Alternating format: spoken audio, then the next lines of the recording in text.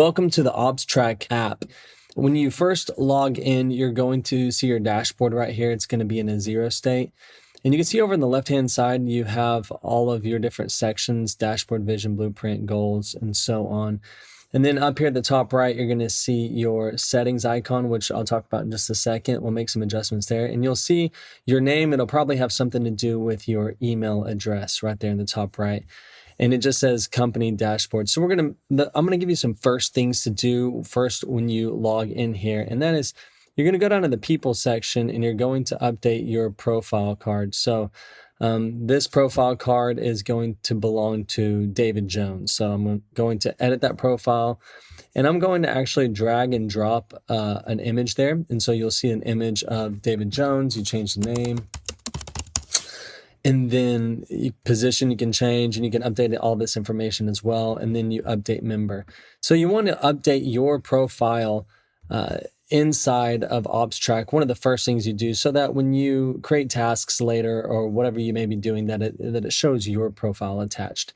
The next thing you're going to want to do is invite users. So you may be using this with an executive team or a team within your company, and you'll want to invite users. So what you'll do is you'll click this invite user button, and it'll pop up a space to invite a user.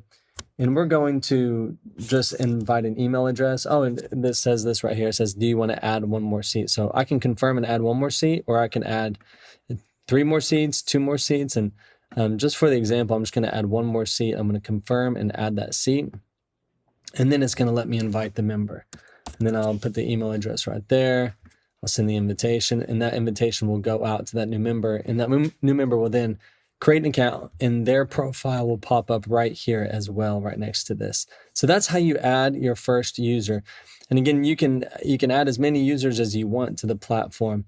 And I'll show you real quick. If you go into this company information, actually you go into the billing and subscription section, you can see how many total seats you have and how many seats are used. And when that person I just invited, when they log on, you'll see that this screen will go away. And then you can add seats right here if you want to, and then you can manage your billing and invoices right here through the Stripe platform.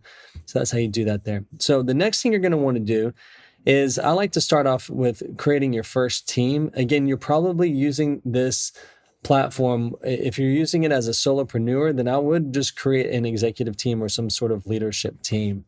And let's just call this a leadership team for right now. Let's just call it leadership.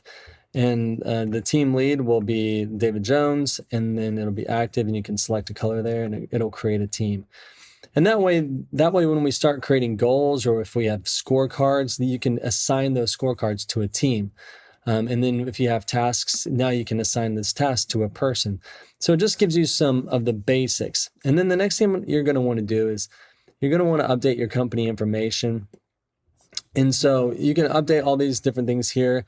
You can update the company profile here, but I'm just going to call this, and this is just a demo organization called NextTrack. So NextTrack will be the company name. I'm going to hit save company information. And what you'll notice now is when you go to the dashboard, you'll see NextTrack's dashboard. And so that customizes this dashboard for you and your company. And those are the first things you're going to want to do when you first set up your account. Thanks for jumping in on the OpsTrack app.